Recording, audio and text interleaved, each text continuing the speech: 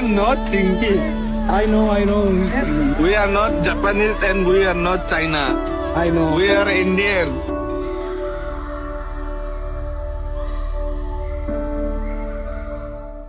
नमस्कार दोस्तों, बधाई हो, आप इंडियन। ये बात सुनने में बड़ा अजीब लग रहा है कि मैं बोल रहा हूँ कि आप इंडियन हैं, हम भारतीय हैं, लेकिन ये बात कहनी पड़ रही है। हमारे देश में आज कुछ ऐसा हो गया है जो बता रहा है कि हमारे देश में आज भी विविधता में एकता वाली जो बात है वो खाली बात ही रह गई है। हमारे देश के लोग चाहे जितना आगे अच्छा करने की कोशिश करें, लेकिन समाज की कुछ कट्टरपंथी विचारधारा है जो हमें तोड़ने की बात कर रही है। आज हमारे बीच के एक भाई जो हमारे बीच के भारत का ही हिस्सा है, जिसे नॉर्थ ईस्ट हम रीजन कहते हैं, जो हमारे भारत का ही हिस्सा है, जिसे जहाँ की 7 सिस्टर के बारे में हमने बहुत सुना है। लेकिन आज वहीं का एक भाई, त्रिपुरा का एक भाई, उसको उत्तराखंड में मार दिया गया। बड़ी विडंबना की बात है कि उत्तराखंड जैसे राज्य में ऐसा किया गया। हाँ, लेकिन देखिए, कट्टरपंथी वाली विचारधारा कहीं पे नहीं होती है, ये किसी जगह के हिसाब से नहीं होती है। ये समाज के अंदर ही लोग होते हैं, जो कुछ ऐसे लोग होते हैं जो आदमी को तोड़ने का काम करते हैं, खुद तो टूटे ही होते हैं, वैसे ही लोगों को तोड़ने का काम करते हैं। शुरुआत से शुरू करेंगे, बैकअप पे जाने से पहले स्टार्टिंग से एक बार इंट्रो देख लेते हैं। तुम लोगों के लिए ना पूरा नॉर्थ ईस्ट एक शाओलिन टेम्पल है, और हम लोग जैकी चैन और ब्रूस ली का बच्चा है ना। नहीं, और खुद के कंट्री में हम लोगों को देख के चाइनीज बोलते हैं ना, तो लगता है कोई गाली दे रहा है। दिल बहुत दर्द होता है भाई। और यदि किसी की हिंदी अगर वीक हो ना, तो वो कम इंडियन नहीं हो जाता। तो ये बात है त्रिपुरा के इंसिडेंट्स की। एक त्रिपुरा का स्टूडेंट त्रिपुरा के स्टूडेंट थे जिनका नाम था एंजल चकमा जी। एंजल चकमा जी, देखिए, उन्होंने क्या था, ग्रेजुएशन करने गए थे उत्तराखंड से अपनी एमबीए कर रहे थे। एमबीए में पोस्ट ग्रेजुएशन करके उनकी नौकरी फिक्स्ड हो चुकी थी। तो सुनने में आता है कि वहां पे रेसिज्म किया गया उनके खिलाफ। एक दिन वो अपने भाई के साथ बाजार में जा रहे थे सामान लेने के लिए। ये बात है 9 दिसंबर की। तो अपने भाई के साथ गए थे सामान लेने के लिए। तो वहां पे रेसिज्म अब्यूज किया गया उनको। रेसिज्म अब्यूज में 5 से 6 लोग आए उनके पास उन्हें अब्यूज करने लगे। उनसे कहने लगे, आप चिंकी हैं। What do you mean by Chinki? कह रहे हैं आप चाइना से हैं। इतना तो कह रहा हूँ, चलो ठीक है, कह दिया। इसके बाद भिड़न हुई इनके बीच में। भिड़न होने के बाद उन्होंने उनको चाकू मार दिया, जिससे उनकी स्पाइनल कॉर्ड के ऊपर चोट आ गई। और कितनी विडंबना की बात है कि वहां की जो पुलिस है एफआईआर दर्ज नहीं कर रही थी। उनके पापा ने बात बोली है कि एफआईआर दर्ज नहीं कर रही थी। और आपको बड़ा सोच के हैरानी होगी कि एक बीएसएफ का लड़का, बीएसएफ में उनके पापा नौकरी किए, आज उन्हीं का बेटा कह रहा है कि I am Indian, not Chinese.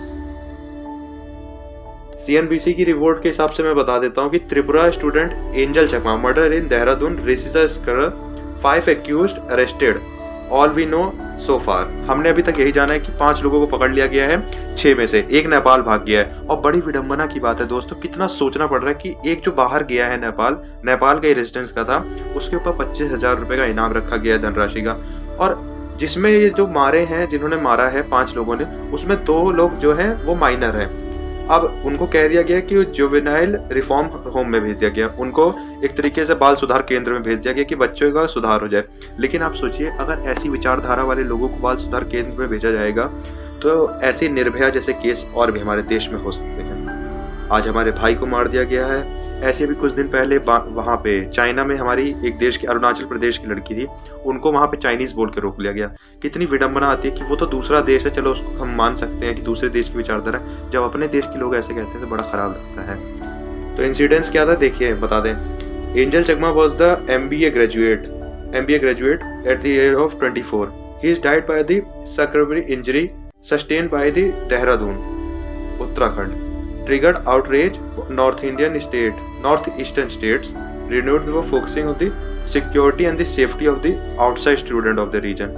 जो बच्चे बाहर आ रहे हैं दूसरे राज्य के, खासकर मैं ये कहना चाहता हूँ कि जो नॉर्थ ईस्ट रीजन है, वहां के लोगों को पता नहीं लोग चाइनीज क्यों कहते हैं। ये भूल जाते हैं कि भाई, मतलब वहां के डिपार्टमेंट के लोग भी कह रहे हैं कि अगर हमारी आंख छोटी है, हमारी बात करने का तरीका अलग है, हम हिंदी सही से नहीं बोल पाते, तो क्या हम इंडियंस नहीं हैं?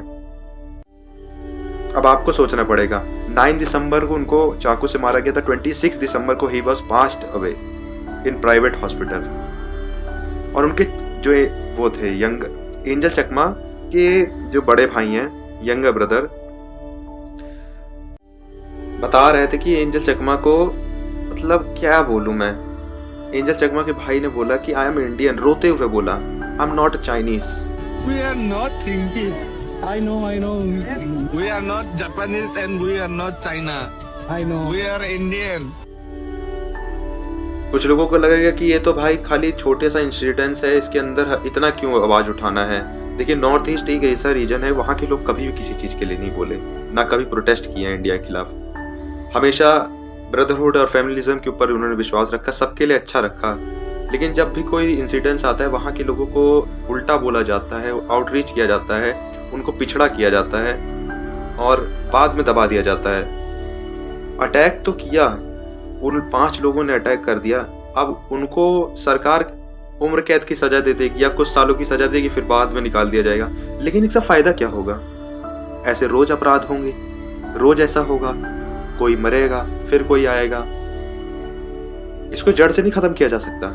हमें लॉ एंड ऑर्डर के ऊपर काम करना पड़ेगा। आज मैं हर एक भारतीय से कहना चाहता हूँ, और ये नॉर्थ ईस्टर्न रीजन नहीं, मैं पूरे भारत के रीजन वाले लोगों से कहना चाहता हूँ, जब तक लॉ एंड ऑर्डर के अंदर चेंजेस नहीं आएंगे, ऐसे ऐसे जो अपराध हो रहे हैं इनको खत्म नहीं किया जाएगा, तो याद रखिएगा अगला नंबर आपका भी हो सकता है। और ये बात कड़वी है लेकिन सच बात है। उस भाई के ऊपर अटैक किया गया, देखिए लिखा गया अटैक बाय नाइफ एंड कड़ा ऑन हिज स्पाइनल कॉर्ड, पीठ के ऊपर अटैक हुआ, उनके हेड पे किया गया, नेक पे किया गया। 27 दिसंबर को जब उनकी बॉडी अगरतला लाई गई तो वहां के ऊपर लोगों ने प्रोटेस्ट करना शुरू कर दिया। मैं तो कहता हूँ भाई, कैंडल मार्च करने से क्या होगा? मोमबत्तियां जलाने से इंसाफ अगर मिलने लगता है ना, तो हर दुनिया के लोग ना मोमबत्ती लेके आज रोड पे घूम रहे होते। इंसाफ मांगने के लिए ना दरवाजे खटखटाने पड़ते, और जब दरवाजे खटखटाने पे काम ना करे ना, तो इंसाफ खुद छीनना पड़ता है। अब क्या ही कहा जाए। उत्तराखंड के सीएम सर ने भी काम अच्छा किया। देखिए 5 लोगों को तुरंत पकड़ लिया गया, तुरंत उनके खिलाफ कार्रवाई करी गई। 2 लोगों को जो कम एज के थे 18 साल से, उन्हें जेल भी नहीं भेजा गया, एक तरीके से बाल सुधार केंद्र भेज दिया गया। जो नेपाल में है उसको पकड़ने के लिए भेज दिया गया। लोगों को 25,000 रुपए का इनाम रखा गया है। उनके पिता से भी उन्होंने बात करी है, और वहां के जो सीएम है, त्रिपुरा के सीएम मानिक साहा से, उनसे भी बात करी, इसके बारे में रिलेटेड बात करी। कहा कि बहुत ही दुखद खबर है और हम इसके लिए कड़ी से कड़ी कार्रवाई करेंगे। अमित शाह जी से भी बात हुई है, रक्षा मंत्री श्री राजनाथ सिंह से भी इसके प्रति, इसके संवेदनशीलता मुद्दे के ऊपर बात करी गई।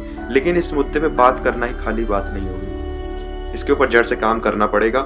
और मैं हर एक नॉर्थ ईस्ट के रीजन के लोगों से कहना चाहता हूँ, इसके लिए आवाज उठाइए। देखिए चकमा हमारे देश का ही लड़का है और थे वो, तो ये मत सोचिए कि हम किसी भी जो नॉर्थ ईस्टर्न रीजन के हैं हम उनको उल्टा बोले। देखिए मोमोज खाना सबको पसंद है, आप भी खाते हैं, हम भी खाए हैं, लेकिन आप भूल जाते हो क्यों मोमोज ही फिर खा रहे हो। चिंकी उन्हीं को बोलते हो, अपने देश के लोगों को। अगर अपने देश के लोगों का रिस्पेक्ट नहीं कर सकते तो आप किसी का रिस्पेक्ट नहीं कर सकते। बाकी तो आप समझदार ही हैं। अब मैं चाहता हूं सरकार इसके ऊपर कड़ी से कड़ी कार्रवाई उठाए, और उन जो मुजरिमों हैं 6 के 6 मुजरिम, उन्हें जेल में डाले, उम्र कैद की सजा सुनाए, और हो सके तो उन्हें भी ऐसा इंसाफ दिया जाए, उनके परिवार को ऐसा इंसाफ दिया जाए कि ऐसी फिर आक्रांता वाली सोच ना खड़ी हो। अब आप लोग समझदार हैं। इन्हीं बातों के साथ मैं अपनी वाणी को विराम देता हूं, और मैं चाहता हूं कि एंजल चकमा जी की जो आत्मा है उनको मुक्ति मिले, उनको ईश्वर शांति दे, और ऐसी विचारधारा रखने वाले लोगों के साथ कड़ी से कड़ी निंदा करनी चाहिए और कड़ी से कड़ी कार्रवाई करनी चाहिए। मैं सरकार से हाथ जोड़ के अनुरोध करता हूँ, और सभी मेरे दर्शकों से भी अनुरोध करता हूँ, इसके लिए आवाज उठाएं और इसे बस स्टोरी और स्टेटस लगाने पर ना सोचे, अपने भाई की तरह सोचे और अपने भाई के लिए आवाज उठाएं। धन्यवाद। जय हिंद, जय भारत। कौन बनेगा करोड़पति में आज हमारे साथ है पूर्णिमा जी। अबे हॉट सीट तक पहुंच गई, देख ले। तो पूर्णिमा जी, आपका पहला सवाल है, कोहिमा शहर किस देश का हिस्सा है? और आपके ऑप्शन है A China, B Nepal, C India. अरे तो मैं भी जानता हूँ। समय ऑडियंस बोल लेना चाहूंगी।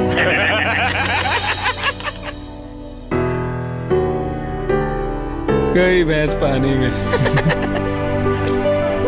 100% लोगों का जवाब है इंडिया। ले, ये बात तो सभी जानते हैं। हाँ सर, जानते सब है, पर मानते कितने हैं।